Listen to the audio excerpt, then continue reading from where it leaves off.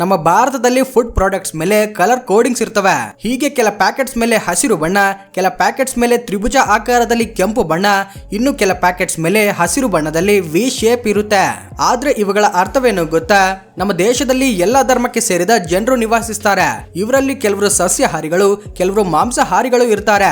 So ಇವರನ್ನ ದೃಷ್ಟಿಯಲ್ಲಿಟ್ಕೊಂಡು ಎಲ್ಲಾ ಧರ್ಮಕ್ಕೆ ಸೇರಿದವರನ್ನ ಗೌರವಿಸುತ್ತಾ ಅವರು ತಿನ್ನುವ ಆಹಾರವನ್ನ ದೃಷ್ಟಿಯಲ್ಲಿಟ್ಕೊಂಡು ministry of health and family welfare ನವರು ಹಾಗೂ FSSAI ನವರು ಸೇರಿ ಕೆಲವು ಸಂಕೇತಗಳನ್ನ ರಚಿಸಿದ್ದಾರೆ.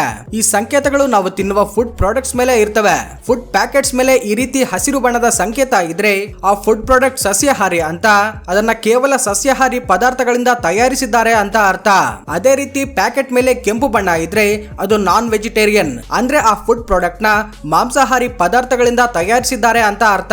ಆದ್ರೆ ನಾನ್ ವೆಜಿಟೇರಿಯನ್ ಸಿಂಬಲ್ ನ ಸರ್ಕಾರ ತ್ರಿಭುಜ ಆಕಾರಕ್ಕೆ ಬದಲಾಯಿಸಿದೆ. ಇದಕ್ಕೆ ಕಾರಣವೇನೆಂದ್ರೆ ಕಲರ್ ಬ್ಲೈಂಡ್ನೆಸ್ ಇರುವವರಿಗೆ ಕೆಂಪು ಬಣ್ಣ ಕಾಣಿಸೋದಿಲ್ಲ.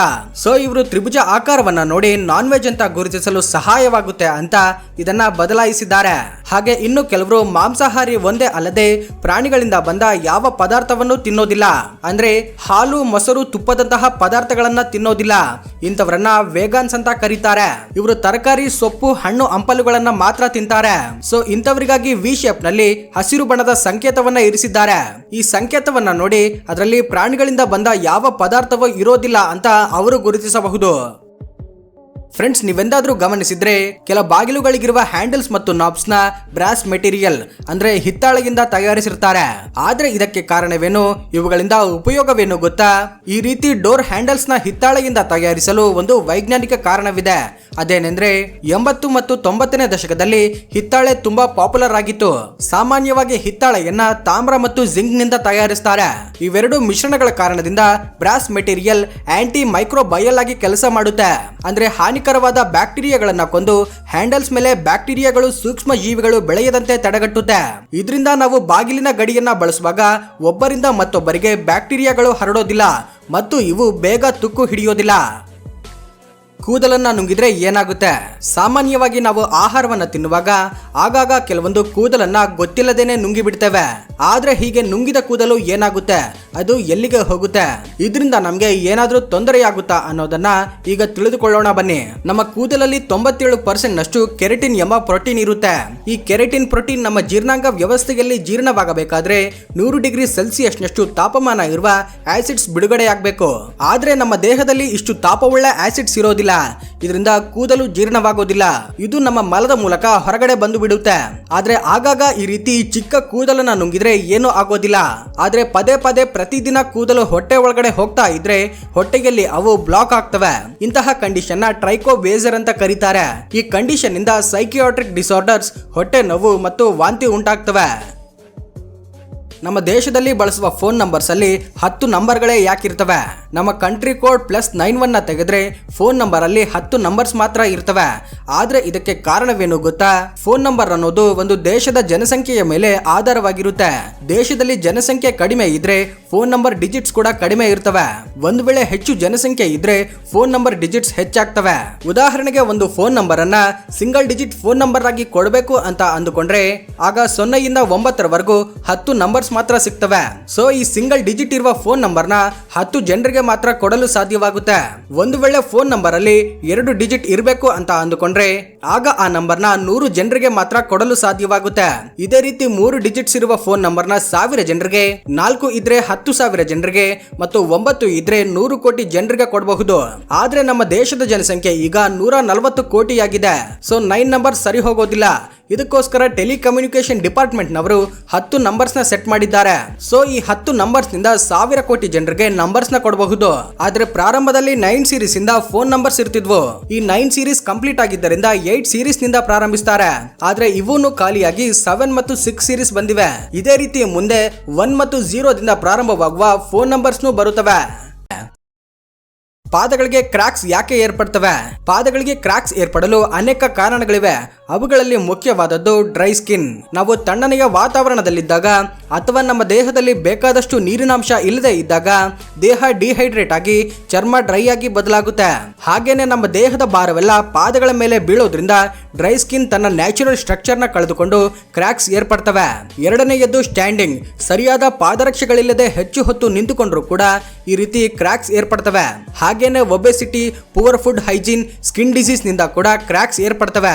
ಆದ್ರೆ ಕ್ರ್ಯಾಕ್ಸ್ ಏರ್ಪಡದಂತೆ ಇರಲು ಏನ್ ಮಾಡ್ಬೇಕು ಅಂದ್ರೆ ಪಾದಗಳನ್ನ ಯಾವಾಗ್ಲೂ ಮಾಯಿಶ್ಚರೈಸ್ ಮಾಡ್ಕೋಬೇಕು, ಕಂಫರ್ಟಬಲ್ ಆಗಿರುವ ಫುಟ್ವೇರ್ ನ ಬಳಸಬೇಕು ಮತ್ತು ದೇಹ ಡಿಹೈಡ್ರೇಟ್ ಆಗದಂತೆ ಹೆಚ್ಚು ನೀರನ್ನ ಕುಡಿಬೇಕು. ಕೆಲವು ಕಾರ್ಗಳಿಗೆ ಈ ಆಂಟಿನಾ ಯಾಕಿರುತ್ತೆ, ಇದರಿಂದ ಉಪಯೋಗವೇನು? ಈ ಆಂಟಿನಾಗಳು ಕಾರಲ್ಲಿರುವ FM ರೇಡಿಯೋ ಮತ್ತು AM ರೇಡಿಯೋಗಳ ಸಿಗ್ನಲ್ ಗಳಿಗಾಗಿ ಉಪಯೋಗವಾಗ್ತವೆ. ರೇಡಿಯೋ ಸ್ಯಾಟಲೈಟ್ ರಿಸೀವರ್ ಇರುವ ಕಾರ್ಗಳಿಗೆ ಈ ಆಂಟಿನಾಗಳಿರ್ತವೆ. ಈ ಆಂಟಿನಾ ರೇಡಿಯೋ ಸಿಗ್ನಲ್ಸ್ ನ ಎಲೆಕ್ಟ್ರಿಕಲ್ ಸಿಗ್ನಲ್ ಆಗಿ ಕನ್ವರ್ಟ್ ಮಾಡಿ ಆಡಿಯೋ ಕೇಳಿಸುವಂತೆ ಮಾಡುತ್ತೆ. ಇವುಗಳಿಂದ ಹೈ ಕ್ವಾಲಿಟಿ ಆಡಿಯೋ ಬರಲು ಸಹಾಯವಾಗುತ್ತೆ. ಇಷ್ಟೇ ಅಲ್ಲದೆ ಕೆಲ ಕಾರ್ಗಳಲ್ಲಿ ನ್ಯಾವಿಗೇಷನ್ ಗೋಸ್ಕರ GPS ಟೆಕ್ನಾಲಜಿಯನ್ನ ಇನ್ಸ್ಟಾಲ್ ಮಾಡಿರ್ತಾರೆ. ಈ GPS ಗೋಸ್ಕರ ಈ ಆಂಟಿನಾ ಸ್ಯಾಟಲೈಟ್ ನಿಂದ ಸಿಗ್ನಲ್ ನ ಪಡೆದುಕೊಂಡು ಆ ಕಾರ್ನ ಲೊಕೇಶನ್, ಸ್ಪೀಡ್ ಮತ್ತು ಡಿಸ್ಟೆನ್ಸ್ ನ ಅಕ್ಯುರೇಟ್ ಆಗಿ ಕಂಡುಹಿಡಿಯಲು ಸಹಾಯವಾಗುತ್ತೆ. ಇಷ್ಟೇ ಅಲ್ಲದೆ cellular connectivity, hand free calling ನಂತಹ ಫೀಚರ್ಸ್ಗೂ ಕೂಡ ಈ ಆಂಟಿನಾ ಉಪಯೋಗವಾಗ್ತವೆ.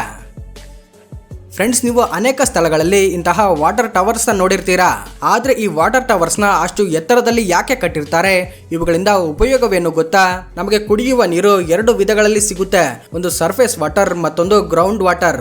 ನದಿಗಳು, ಸರೋವರಗಳು, ರಿಸರ್ವೇರ್ ನಿಂದ ಬರುವ ನೀರನ್ನ ಸರ್ಫೇಸ್ ವಾಟರ್ ಅಂತ ಕರೀತಾರೆ. ಈ ನೀರನ್ನ ವಾಟರ್ ಟ್ರೀಟ್ಮೆಂಟ್ ಪ್ಲಾಂಟ್ ಅಲ್ಲಿ ಪ್ಯೂರಿಫೈ ಮಾಡಿದ ಮೇಲೆ ಪೈಪ್ಲೈನ್ಸ್ ಮೂಲಕ ಮನೆಗಳಿಗೆ, ಫ್ಯಾಕ್ಟರಿಗಳಿಗೆ ಬಿಡ್ತಾರೆ. ಆದ್ರೆ ವಾಟರ್ ಪ್ಲಾಂಟ್ ಗಳಲ್ಲಿ ಸದಾಕಾಲ ನೀರಿನ ಸೌಲಭ್ಯ ಇರೋದಿಲ್ಲ. ಆಗಾಗ ಹೆಚ್ಚು ಕಡಿಮೆ ಆಗ್ತಿರಬಹುದು. ಕೆಲವೊಂದು ಸಲ ಪವರ್ ಫೇಲ್ಯೂರ್ ನಂತಹ ಸಮಸ್ಯೆಗಳು ಬರಬಹುದು. ಇದಕ್ಕಾಗಿ ಎಮರ್ಜೆನ್ಸಿ ಪರ್ಪಸ್ ಗೋಸ್ಕರ ಅಥವಾ ನೀರಿನ ಬೇಡಿಕೆ ಹೆಚ್ಚಾಗಿದ್ದಾಗ ಬಳಸಿಕೊಳ್ಳಲು ನೀರನ್ನ ವಾಟರ್ ಟವರ್ಸ್ ಅಲ್ಲಿ ಸ್ಟೋರ್ ಮಾಡ್ತಾರೆ. ಹಗಲೊತ್ತಲ್ಲಿ ನೀರಿನ ಅವಶ್ಯಕತೆ ತುಂಬಾ ಇರೋದ್ರಿಂದ ರಾತ್ರಿ ಹೊತ್ತಲ್ಲಿ ಮಾತ್ರ ಈ ಟ್ಯಾಂಕ್ ಗಳಲ್ಲಿ ನೀರನ್ನ ತುಂಬಿಸ್ತಾರೆ. ಹೈ ಪ್ರೆಷರ್ ಪಂಪ್ಸ್ ನ ಬಳಸಿಕೊಂಡು ಅಷ್ಟು ಎತ್ತರವಾದ ಟವರ್ ಗಳಿಗೆ ನೀರನ್ನ ಪಂಪ್ ಮಾಡಿ ಟ್ಯಾಂಕ್ಸ್ ನ ತುಂಬಿಸ್ತಾರೆ. ಈ ಟ್ಯಾಂಕ್ ಗಳು ಎತ್ತರದಲ್ಲಿರೋದ್ರಿಂದ ಗುರುತ್ವಾಕರ್ಷಣೆ ಬಲದಿಂದ ಆ ನೀರಿಗೆ ಒತ್ತಡ ಏರ್ಪಡುತ್ತೆ. ಸೊ ನೀರಿನ ಅವಶ್ಯಕತೆ ಇದ್ದಾಗ, ಪವರ್ ಫೇಲ್ಯೂರ್ ಆದಾಗ ಅಥವಾ ಎಮರ್ಜೆನ್ಸಿ ಸಮಯದಲ್ಲಿ ಯಾವ ವಾಟರ್ ಪಂಪ್ ನ ಬಳಸದೇನೆ ಈ ನೀರನ್ನ ಡಿಸ್ಟ್ರಿಬ್ಯೂಟ್ ಮಾಡ್ತಾರೆ. ಇದಕ್ಕಾಗಿ ವಾಟರ್ ಟ್ಯಾಂಕ್ಸ್ ನ ಅಷ್ಟು ಎತ್ತರದಲ್ಲಿ ಕಟ್ಟಿರ್ತಾರೆ. ಟ್ರ್ಯಾಕ್ಟರ್ಗಳಿಗೆ ಹಿಂದಿನ ಚಕ್ರಗಳು ದೊಡ್ಡದಾಗಿರುತ್ತವೆ ಯಾಕೆ? ಇದಕ್ಕೆ ಹಲವಾರು ಕಾರಣಗಳಿವೆ.